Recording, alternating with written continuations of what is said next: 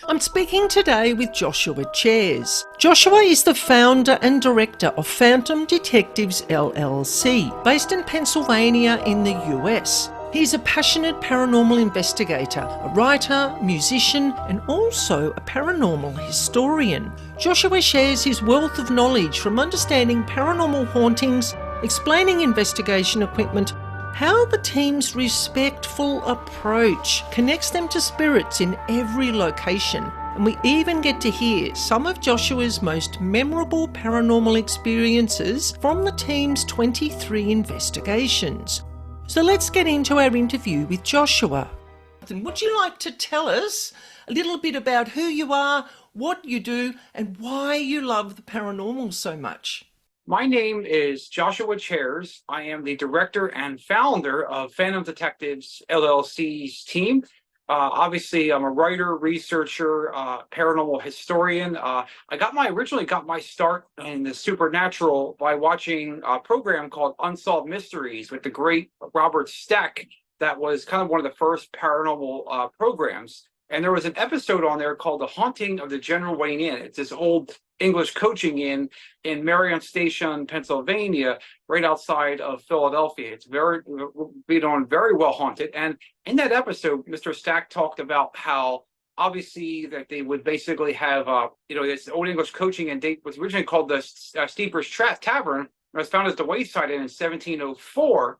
And then it was in 1790, was named after a Revolutionary War hero, Major General Anthony Wayne. And this old English coaching had a lot of paranormal experiences in the episode that piqued my interest. This was on season 1, episode 5, around 1987-88. And in that episode, obviously, they actually had different people that were actually at the bar. So patrons would be sitting at the bar area of the General Wayne Inn, and they supposedly They said that when that episode aired on Unsolved Mysteries, the TV went clockwise, counterclockwise. That was one of the alleged claims. There supposedly also was Hessian soldiers that were also haunting this old English coaching inn, and many famous dignitaries actually had done done stuff here at the General Wayne Inn. George Washington was there, Marquis de Lafayette, Edgar Allan Poe wrote several stanzas of The Raven there. Obviously there was Hessian soldiers going in and out of the place at the time. So obviously there was also supposedly one of the valets that would be outside of the parking lot. He actually supposedly said that the car was completely turned on by itself, and also the headlights are on, and nobody was actually anywhere near the car at all. The car was completely locked. There was also people supposedly seeing this Hessian soldier in the basement, and also there would be an adding machine or a calculator that supposedly would add numbers by itself. But that was another strange phenomenon that was going on. So that episode, of course, really piqued my interest. And then, of course, back in 1984, 85, I remember basically seeing, I was a little baby then, but obviously I remember when I was 4 years old watching Ghostbusters. So obviously I was a Ghostbusters kid with Dan Aykroyd, Harold Ramis, Bill Murray, and Ernie Hudson, and Sigourney Weaver, and all of them. So obviously that was kind of one of the also was one of the first true major things that talked about paranormal activity, and also, of course, In Search of by Leonard Nimoy. I mean, everyone watched that show. Spock from Star Trek kind of really started the first true paranormal show, In Search of. That was talked about UFOs and Bigfoot and ghosts and all that. So In Search of was one of the first true shows. And then as we got into the 90s, I remember obviously having a UFO experience as in kindergarten, basically seeing triangular lights in the sky, looking up, and seeing different kind of light patterns. So I always kind of knew that we were not alone talking about UFOs, and I always knew that there was something more than what we knew. And of course, in the 90s, of course, I started reading every book by Dr. Hans Holzer. Hans Holzer, of course, was America's first ghost hunter. He actually was one of the ones with his trans mediums, Ethel Myers and Sybil Leek. He was pretty much America's first ghost hunter. He did some legendary cases, and obviously he was kind of the first pioneer back then. And mind you, that was one of the first true pioneers. And then, of course, in 92, 93, I remember hearing about this radio program, this radio host by the name of Art Bell. I kind of flipped the AM dial one night, and I started hearing This Is Dreamland with Art Bell. And I started hearing Linda Moulton Howe talking about crop circles and cattle mutilations on Dreamland Art's weekend show, which was less caller driven. And then the voice absolutely captivated me. And I listened to Art almost every single day. Listening to him like interview like Malachi Martin and who's a Jesuit priest, talked about exorcisms, and hearing John Lear talk about UFOs. He was a contract pilot, CIA contract pilot. And of course, hearing other famous like John Ronner talking about angels. It was just an amazing show, and that really Whitley Strieber talking about his books, Hunger and Communion, and it's just an amazing show. There's so much stuff that you can learn listening to old Art Bell. He was the first really true paranormal radio show host, because he was actually the one that read ghost stories over the air. He used to do a radio program called Ghost to Ghost AM, where he would read listeners' ghost stories that people would fax in, and nobody had ever done that at that time. So obviously around the late 90s, some television shows started popping up. One of my first ones that I loved before even Ghost Hunters was one called Most Haunted with Yvette Fielding and Carl Beatty. I originally started watching that and, seeing them go to these old abandoned castles and like old, Tower of London and stuff like that, and investigating all that. It was a really cool show. And it was kind of one of the first television shows to deal with paranormal on television. So once that started coming on, I decided, okay, I'm going to go ahead and get involved in this. So I went back. I actually had the opportunity to investigate the General Wayne Inn in 2002 with my late mentor, Michaeline Mayer. She actually wrote this quantitative analysis on the inn. And of course, she was on the Unsolved Mysteries episode where she actually showed where people had reported seeing this Hessian soldier. So I went down to the basement area, and mind you, ghost hunting equipment wasn't as advanced as it was back then. You might have had maybe an EMF meter, maybe a tape recorder. You might have had a digital camera and maybe dowsing rods that kind of cross like this, but you can make out a coat hanger. So that was basically all that you had back in those days. Obviously ghost hunting equipment wasn't very advanced. So I went down the basement area and just took a digital camera, like the 3 consecutive photos like they teach you in ghost hunting 101 class. And in one of the photos that I took, you can actually see green and yellow streaks of light in it. And I went to try to debunk it. I tried to look at every possible, I took it to different film experts, and they said, hey, there's nothing here. I don't know, basically this doesn't look, obviously there's any kind of flaw in the film. And so basically I kind of knew there's something definitely that matched the eyewitness count. And it's right in the area where people have seen this Hessian soldier, with the yellow and green garments on, named Wilhelm. Supposedly he was died and buried. He was a part of Colonel Rawls' regiment back in 1776 when Washington was crossing the Delaware. So that episode absolutely that was pretty fascinating going to my first investigation. And then of course, all the ghost hunting shows started popping up on TV. One of my first true ones that I loved was Ghost Hunters. The plumbers from Roto-Rooter, they were pretty much the Atlantic Paranormal Society. They're longtime friends of mine. I've known Jason and Steve and Tango for years, and I've been very good friends with those guys.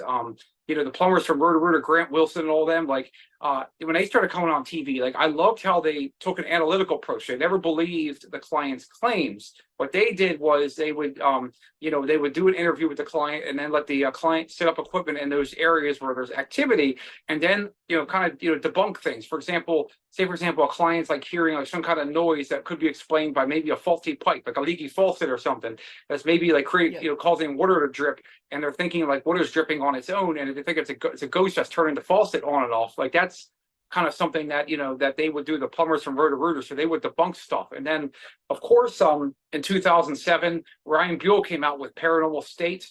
Actually I went to college with my best friend Gwen, went to college with Heather, Taddy, and Katrina Weidman, who are on that show. It's the one where the students from Penn State University would investigate paranormal activity in different homes on A&E. And of course I actually have Ryan Buell's old EMF meter, the guy that headed PRS. I have his old tri-field EMF meter on my in my person. And of course, Ghost Adventures started coming out with Zach Baggins, Aaron Goodwin. That was a really great show. So I loved how these ghost hunting shows were basically, going and interviewing people before the investigations, and then doing the actual investigations, and then showing the reveal, what they captured during the investigation. Sometimes they would get stuff, sometimes they wouldn't. Sometimes they would get EVPs and different kind of images and so forth, SLS camera. So I always loved how they collected all the data, and using the scientific method, which is create a hypothesis, develop the hypothesis, and then see if you get results from the hypothesis. So around 2014, I was watching an episode called The Haunting of Summerwind. Summerwind is a well-known place that is based in Land O'Lakes, Wisconsin. It's in the upper UP of Michigan. It was originally created as West Bay Lake Fishing Lodge in 1914, and then 2 years later, the guy that was named John Frank. He was a traveling merchant from Akron, Ohio. He went ahead and obviously created this fishing lodge. You could stay there for $4.99 a night, and then he sold it to a future U.S. Secretary of Commerce by the name of President. Obviously, his name was Mr. Robert Patterson Lamont. And Mr. Lamont bought the place, and it was renamed the Lamont Mansion. So he actually employed Chicago architects Talmadge Tamaj and Vernon Watson to renovate Summerwind and basically turn it from a fishing lodge into a mansion. So during that time, basically, some of the servants would say, "Hey, there's ghosts, and there's paranormal activity at this location." And Mr. Lamont said, "Grow up, there's no such thing as ghosts." So basically, Mr. Lamont, supposedly in 1935, in the 1930s, right around the time of the Depression, he supposedly was eating. This was actually a summer home, and there's even rumors that 2 U.S. presidents actually stayed there, Calvin Coolidge and Warren G. Harding, who were good friends of Mr. Lamont's. And Mr. Lamont was actually the Secretary of Commerce under Herbert Hoover. So basically, Mr. Lamont and his wife were eating dessert, and supposedly, according to the legend of this of Summerwind, there was this this basement door supposedly was rustling and flew open, revealing this ghost. And supposedly, Mr. Lamont fired a gun, pow pow, fired 2 shots, thus missing the ghost, and never returning to this mansion. He died in the 1940s, and then he went ahead and sold the place to a lady named Lillian Kiefer. Miss Kiefer actually was in the Haunting episode, season 1, episode 5, The Haunting of Summer. Her name was Miss Murray. They usually change the name to, obviously to protect the identity of the people that were involved. So over the next 20 years, people would lease out, she would lease out the property to other people, and then it would come back to her, and people would lease it out. And then it wasn't until the 1960s, so the Hinshaw family moved into Summerwind, where a lot of the experience happened. So they had to have this place when they first got it. And I'm a family friend of the Hinshaws. I know in Raymond von Bober Jr., Ginger's brother, and I knew April, Ginger's daughter, and they were both there in the 1970s. So when they had to have the place, they would obviously have the windows supposedly would fly open on their own, so they had to nail them shut. And then they would have contractors supposedly that would come to the mansion to do some work on this Summerwind mansion, and of course they would report basically that tools would disappear, and they would end up like appliances would break down, and and then would start again. And of course, mind you, Summerwind was one of the first places built in the 1920s that had steam heat and electricity. It was one of the first kind of true houses that actually had that back in those days, which is pretty rare for the early 1900s. So, then what happened was in Summerwind, supposedly Mr. Hinshaw, he was a contract worker. So basically it was like the Brady Bunch family. He had 3 kids, and then Ginger, she had 3 kids. So it pretty much, when they got together, they also went ahead. Supposedly Mr. Hinshaw went out to work because he worked as a contractor, and supposedly his car caught on fire. And then there's actually a story from Summerwind. I would love to tell you that supposedly Joe will just core your hair. So supposedly, with all these appliances breaking down, supposedly Mr. Hinshaw found this crawl space. So he sent his 10-year-old stepdaughter, April, into the crawl space. And in the book, she was known as Mary. So they had to change the name. So there's a book written about it, 10 years later. So in the crawl space, supposedly she found this skeleton with black hair. And, supposedly she completely screamed and, was terrified. So the family called the police and, reported the skeleton. And then the next day, the skeleton wasn't there. And that's when everything started taking a turn for worse at Summerwind. What happened supposedly was the stepdad supposedly went mad. His real name was Jim Hill, but they changed it to the book to Arnold Hinshaw. So they, obviously, supposedly he played, there was this Wurlitzer organ. He played the organ to all hours of the night, playing this different keys. And then what happened supposedly was the family had to stay in one room because they were so terrified to go anywhere else. And supposedly there was, after he played the Wurlitzer organ, the family, Ginger tried committing suicide. He was committed to a mental institution. So supposedly he was claiming that the spirits there were trying to get him to play the organ. So obviously, Ginger gave the property back to Miss Kiefer because she couldn't afford to keep up on the payments when she was leasing it out to her. So basically, Ginger's father, Wolfgang von Bober, said, "Hey, I want to go ahead and make a go of this place again." So he went ahead and created. He was a popcorn vendor from Chicago, so he was Ginger's dad. So he tried to make a go of the place again. And what he did, suppose obviously he ran into similar problems. He would have construction workers. He tried to make it into a bed and breakfast. So he ran in like where people would break down. He had tools breaking down, and supposedly in the book, A Carver Effect: A Paranormal Experience, that he wrote in 1979. You can still find the book on Amazon, but it's like $300 to $500. It's very pricey. But if you want to see most of the haunting episode, you can pretty much look that up on Google. A Haunting Season 1, Episode 5, The Haunting of Summer Wind, and you can see mostly all the stuff from the book is in that episode. So of course he would measure rooms, and supposedly the rooms were known to change shape. Now, I don't know if that's true, but that's the story of Summer Wind. Obviously, supposedly the rooms were known to change shape when he would measure out the width. And I actually have the original blueprints to Summer Wind, which were quite hard to find. And I'll talk about how I acquired those later on in the interview. So obviously, much like the Hinshaws, he ran into similar problems. And according to, his son, he actually brought the project for his son, Ray Jr., who basically was trying to come out of the Army at that time. So Ray Jr. supposedly was upstairs, and then he was kind of putting paint down and priming back in the early 70s, and supposedly he started seeing visions of the gunshots. So he ran downstairs and he saw the bullet holes where Mr. Lamont fired, pow, pow, the gun at the doorstep. And then basically he went ahead and, obviously, so they actually left the property, never came back around the 1973. They abandoned it around 75, 76. They went back to Miss Kiefer again. And then Miss Kiefer died around 1985. So what happened was the book A Carver Effect: A Paranormal Experience. That's where the one that kind of documents this. And according to the main theme of the book, there was this English explorer by the name of Jonathan Carver, who was born in Weymouth, Massachusetts. He was from Weymouth, Massachusetts. Supposedly he was supposedly granted for a 1/3 of a parcel of land that was going to be given to him. Now this is just like a big thing basically where I had a dream, and all of a sudden this English explorer named Jonathan Carver, and so basically the property, after Miss Kiefer died in 85, basically what happened was a couple named Harold and Babs Tracy from La Crosse, Wisconsin, they bought it. They thought they could make a go of the place again. So Mr. Tracy bought the place as a wedding anniversary present to Miss Tracy. So they thought, hey, and supposedly one of the interesting stories was around 1987, they had reported they walk up to the mansion one day and they reported the mansion was inhaling. Now that's supposedly just coming from the current owners, that they actually had supposedly the mansion was kind of taking a life on itself. But unfortunately, what happened was Father's Day of 1988. It actually supposedly what happened was lightning and fire struck down Summer Wind, and then supposedly the place was burnt to the ground. And what's interesting was there was a neighbor that supposedly lived next door back in the late 80s, early 90s. He had supposedly told my friend Craig Naring.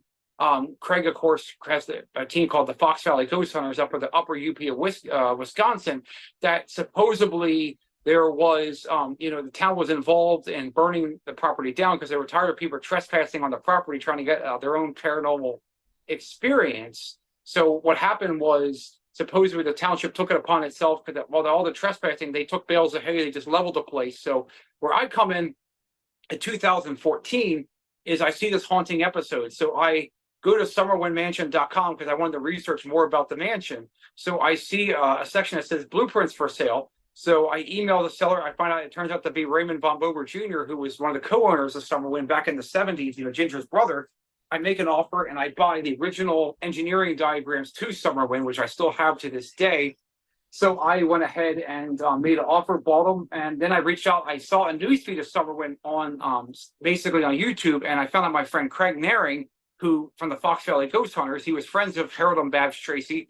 He actually knew the owners, and we created the Summerwind Restoration Society to restore, rebuild, and relaunch this place as a haunted bed and breakfast. And I worked with Craig for a couple of years on the project, helping him get radio shows on like Coast to Coast and Dr. J Radio Live and Darkness Radio with Dave Schrader.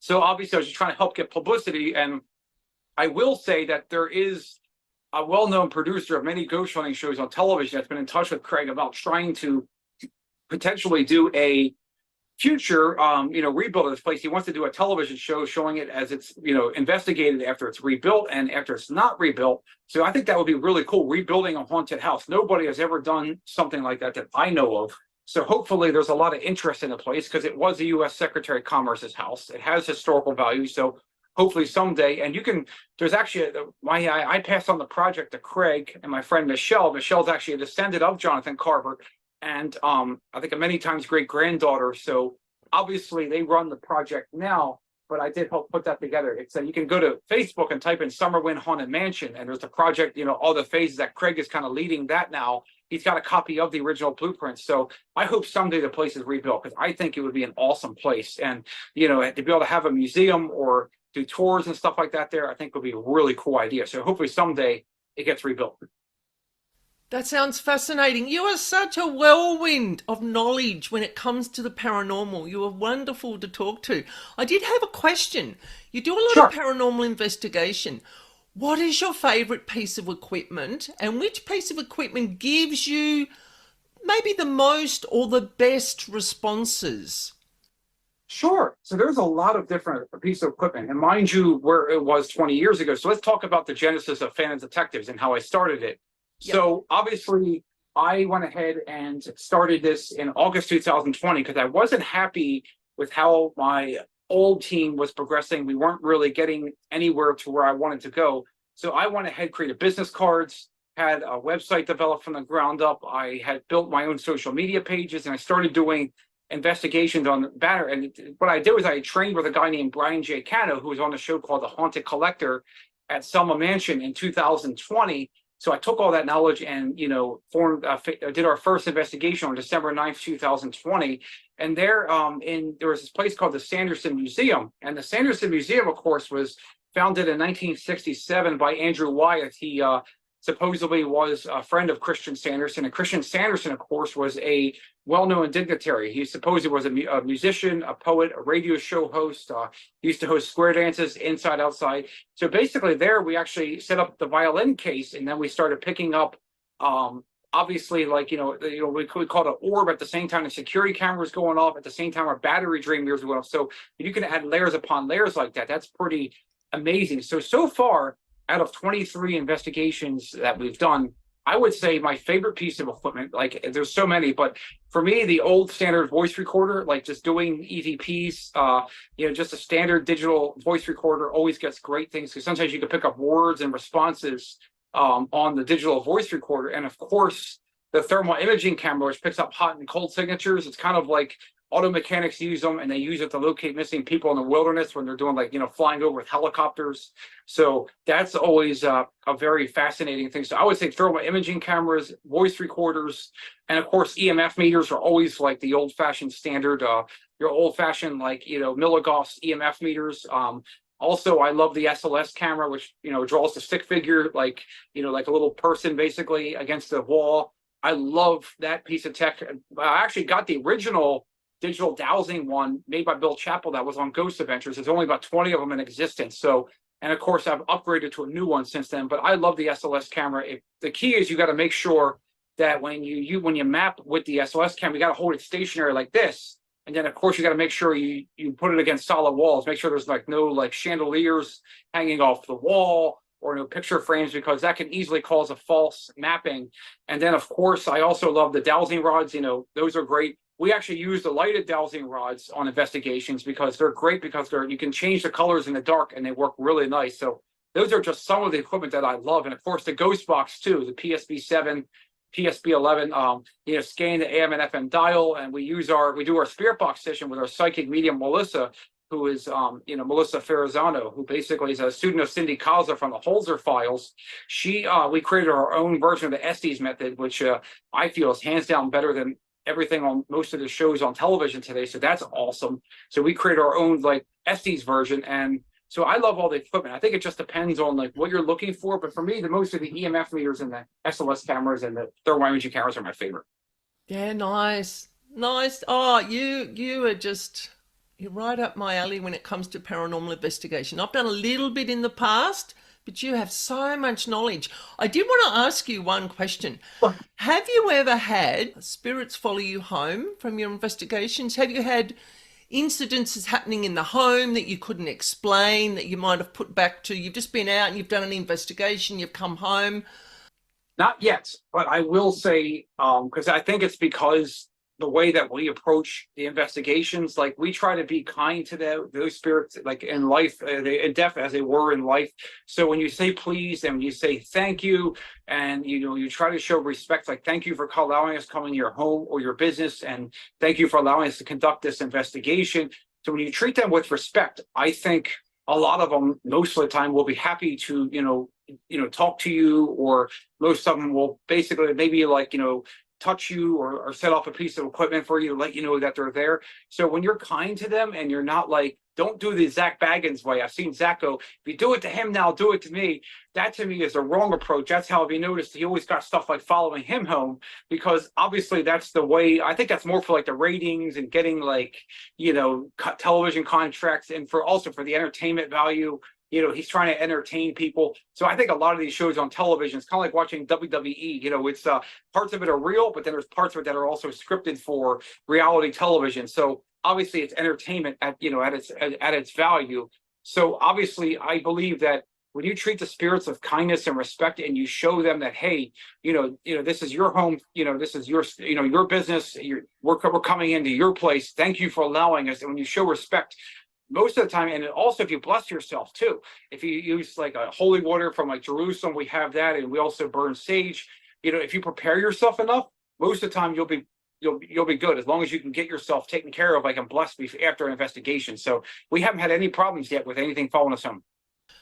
You've hit the key word, which is respect. When you respect spirits, and you respect the locations, and you respect any other types of entities that may be present, they generally are quite happy to communicate with us, and they don't follow people home.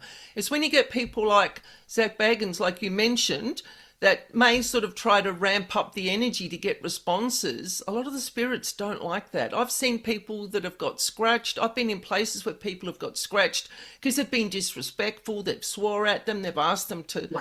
It's not a circus act. They're living entities in our environment. Exactly. And by not showing them respect or treating them with respect, they're gonna let themselves, like, they might attach themselves to you. They might, like, scratch you. They might, I've seen crazy things before. So it all comes down to like how you perceive yourself and how you interact with the environment. So if you show respect to the environment, you'll be perfectly fine. Like, I think it just comes down to, like showing that, treat them with kindness, and I'm telling you, you'll get a result. We get results on every investigation, at least 2 or 3 pieces of evidence, because we show respect to the spirit and we show respect to those around us, and that's how the way to do it. So when you do that, I'm telling you, you're going to get great results. So we're going to continue to do that, and I don't think we'll ever have a problem with things following us home. And if we do, we'll just get like a local priest to bless us. So I think we'll be good. That's what it's all about, is just showing humbleness and respect, and that's all you got to do. That'll change everything. Yep, and you can also just ask them to go home. I used to work at a local, now abandoned mental health facility here in Tasmania, and I used to work as a paranormal tour guide. And I'd occasionally get some of the kids that were at this site. They'd come for a ride home in my car and play with the radio and the headlights and all sorts of things. And I would just say to them, when I got home, I'd say, thank you very much for coming for a ride, but it's now time for you to go home. And away they go. It's all about the approach. Now, you love your paranormal investigation. Do you have any advice for budding paranormal investigators who want to get in, they want to do this, where to start? What are the things that what's the advice that you would give to people who want to start paranormal investigation? Sure. So especially like if you want to be able to get started in paranormal investigation. So obviously there's this new directory. I think you could probably get started. It's called paranormalsocieties.org. So what paranormalsocieties.org, there's also paranormalsocieties.com. What you probably want to do is go on the .com. Unfortunately, was created by Bill Wilkins in 2007, but unfortunately was left abandoned. He left the website abandoned in June 2020. But there's over 4,892 teams on that website.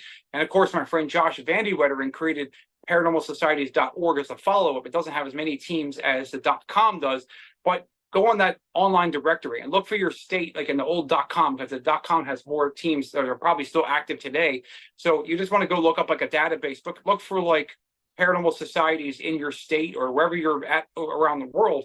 Try to find a local team, and then see if that team's got a website. And then what you could do is, after you're involved, see if they do like public investigations. Those are a great way to get your foot in the door, and maybe even get like a membership into their society if they let you, once they get to know you and work with you and see what gifts that you might be able to offer their team. So a great way to do that, of course, is the Paracons, of course, are all over the darn place. I mean, you can go to there's Paracons all over the place, from Pennhurst to Spring City to Texas Paracon. So the Paracons are a great way because you can meet like all the famous paranormal celebrities, from like Grant Wilson to Jason Hawes to Amy Bruni, Adam Berry, Cindy Kozler from the Holzer Files, Dave Schrader. I mean, the Paracons are a great way to like meet like-minded people that are interested in paranormal investigation. So you can go to the Paracons, you can go to your local ghost tours and see if there's like ghosts, like this Google search like ghost tour Savannah, Georgia, ghost tour Houston, Texas. So you can see if there's like paranormal tours in those areas, and then just like go ahead and book the tour, and then see maybe you can either work as a job and eventually as a tour guide part-time, or you can get involved like doing a public investigation with one of these local teams. I mean, it's not hard. You just have to basically Google search it and then just type it up and find it. I mean, I've known like probably over 1,000, 2,000 teams myself. So obviously it comes down to, you have to find the teams basically. Once you find the teams, you're going to be in great shape. And I highly recommend, like, networking is the way to do it. So probably your start is your public investigations and your Paracons. Perfect. And what would be the basic equipment? Because I know from my limited experience that I've had with paranormal investigations that there are thousands of different types of devices. What would be maybe your top 3 or 4 suggestions for people who are getting into paranormal investigation, if they don't want to get into the hundreds and the thousands of dollars that you can spend? Where could they start? Sure. So if they want to go ahead and start just like I did, and I think the best way is, there's a website, actually a couple of websites I can share where you can buy paranormal equipment kits. GhostStop.com. There's a website called GhostStop.com. They sell paranormal equipment, and what's really cool is they just bought Digital Dowsing, which was equipment line, a product line from Bill Chappell, like the Obulus and the Paranormal Puck 2. GhostStop.com, I think, has a really cool kit for like $100 $150. That includes like a ghost box. It includes a millimeter. It also includes like a couple EMF meters, a voice recorder, and also like just a couple like flashlights and stuff like that. So you can buy one of these little kits basically for, I would say, $100 $150 that you can on GhostStop.com. And there's also the GhostHunterStore.com. My friend Dave Giuliano runs. That's based out of Philadelphia. The GhostHunterStore.com. He has little kits that you can buy. So there's those 2 websites where you can start. And of course, also if you find, like, just type in paranormal equipment like on Google, you can probably find other places where you can buy like an EMF meter, a voice recorder. Heck, you could even like take dowsing rods. You can just take some coat hangers and just make them out of dowsing rods like that. Or you can just buy a set for like $15 $20 right on Amazon.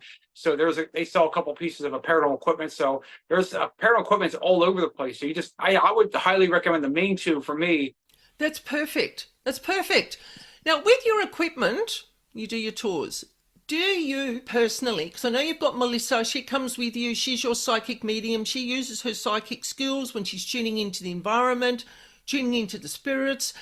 Do you find that your other team members, as they do more and more investigations, their own psychic skills start to become more developed? Do you talk about that amongst yourselves? We have a 3-piece investigation team with Melissa, and we also have a guy, I want to talk about Rick Warner. So I like to talk about each member of the team also, because Rick Warner comes from the UFO world. I invited him in March 2021. He's a certified MUFON field investigator. He has numerous certificates from MUFON University. So he actually started using pendulums and also divinity tools. And he's gotten very good responses from those, and he also has gotten better and better. And of course, we also have the world-renowned psychic lawyer, psychic explorer Mark Anthony. He's going to be joining us here in the future, and I can't wait to see how his gifts really help, because he actually is an expert. He also travels to mystical locations all over the world. He's been on Coast to Coast AM, Gaia TV. He's world famous. And we also have Holly Foss. Holly, of course, is working with us remotely. She actually worked for the Penn State Paranormal Research Society. She was developed by her mentor, Elfie Music. Elfie, of course, is an expert on occult symbols and spiritual beliefs. And I'll get you in touch with Holly to book a show in the future. But, every one of them that, I would say Rick and Melissa, especially because we're the main core team. I've noticed both of them, like Rick especially, has developed a lot more over the last 3 years, that kind of psychic medium gifts learning under Melissa. And of course, picking up on his own responses, like with the dowsing rods, he's very good correlating, when he holds them, he can feel the energy. And mind you, he's not moving them. He's holding them very solid like this, and they're crossing, pointing in the direction, and they look great because we use a lighter one. So I'm going to say yes, especially with, our team member Rick, and of course, Mark Anthony, who's picked up on things, done hundreds of investigations as well. So I would say yes. Each team member that we have is picking up on their own kind of mediumship abilities on these investigations, and they're using what's called extrasensory perception (ESP), which is like a sixth sense. I think we all have that sixth sense. Whether or not we choose to develop it is up to us. We got to be able to go out and do it and actually apply those gifts that we have. But we all have it, but it's obviously we got to choose how far we want to develop those gifts. So I would say yes. I would think our team member Rick has really enhanced his gifts even more with using the dowsing rods and the divinity tool, like the pendulums, stuff like that. So it's really helped him a lot, get a lot of great responses. So Rick has really gotten connected to the spirit world that way. Yeah, that's great. That's great. Do you have some really memorable paranormal experiences that you'd like to share with the listeners today?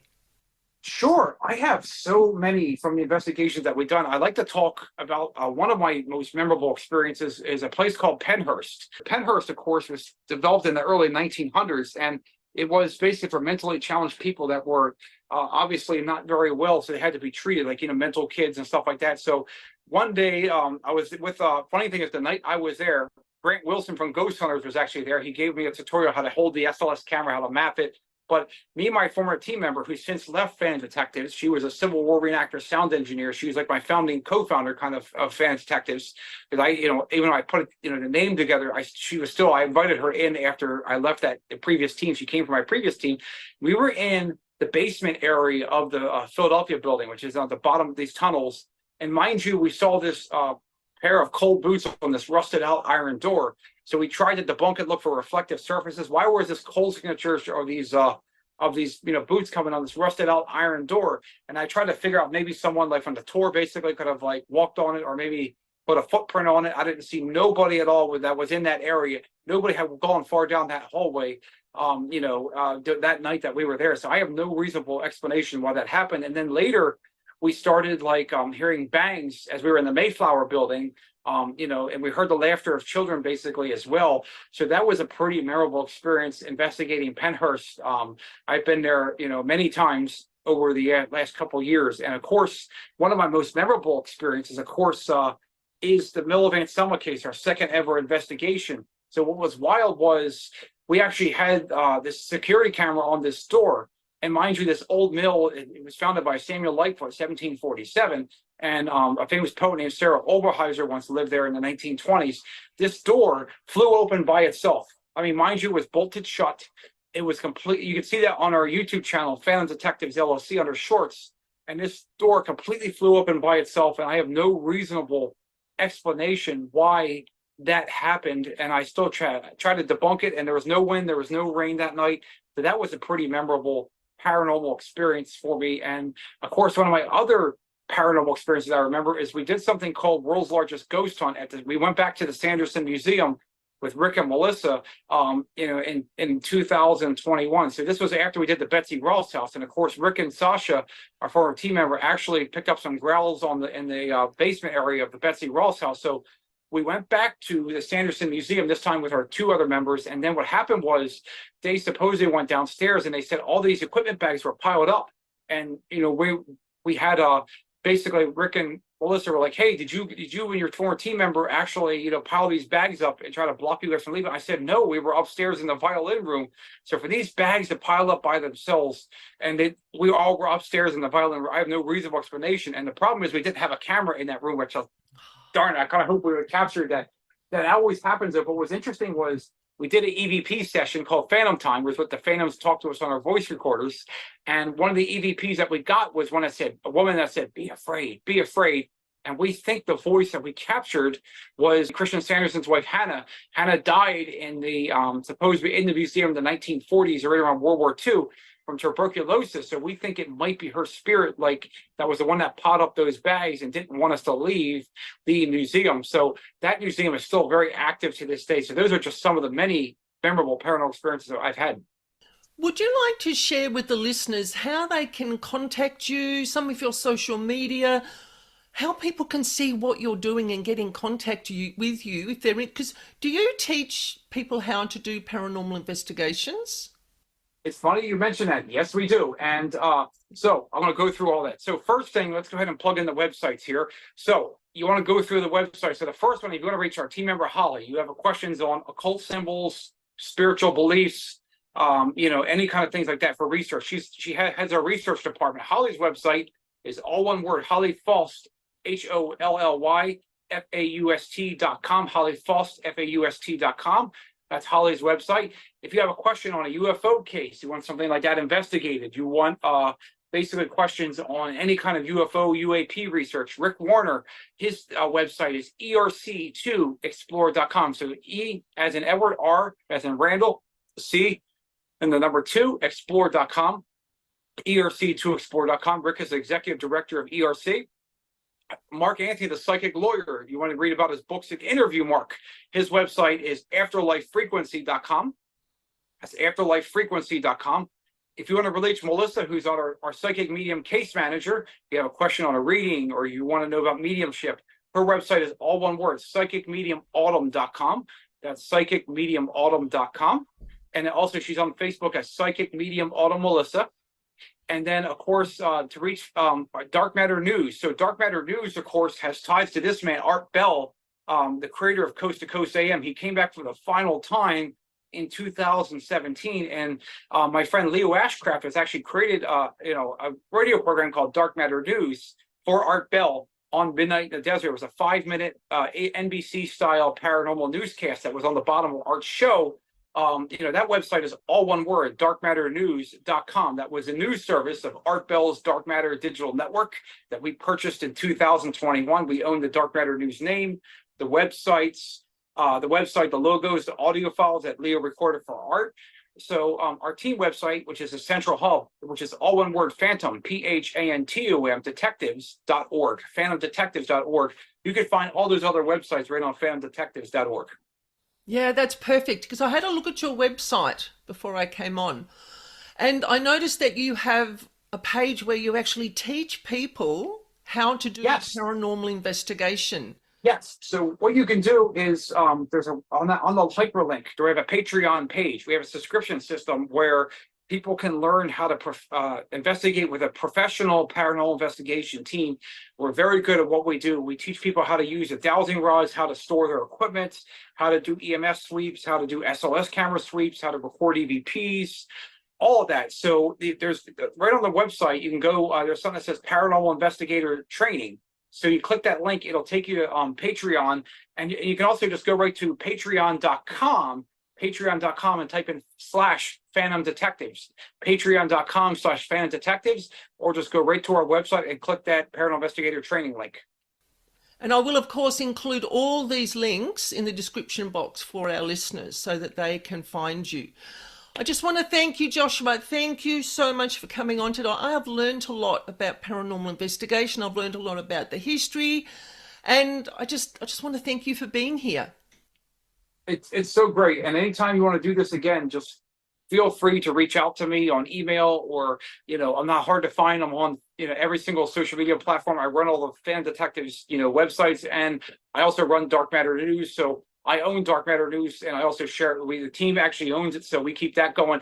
I keep it more as a tribute to Art Bell the memory too, because since he passed away in 2018, so I keep it more as a tribute site now to his name and his logo. But Phantom Detectives is going to continue to get better and grow, and hopefully we'll continue to have some more great experiences that we can come back and maybe in the future we can bring the team on. That'd be great. I really look forward to that. Thank you, Joshua, for being here today. Thank you. It was great to be here.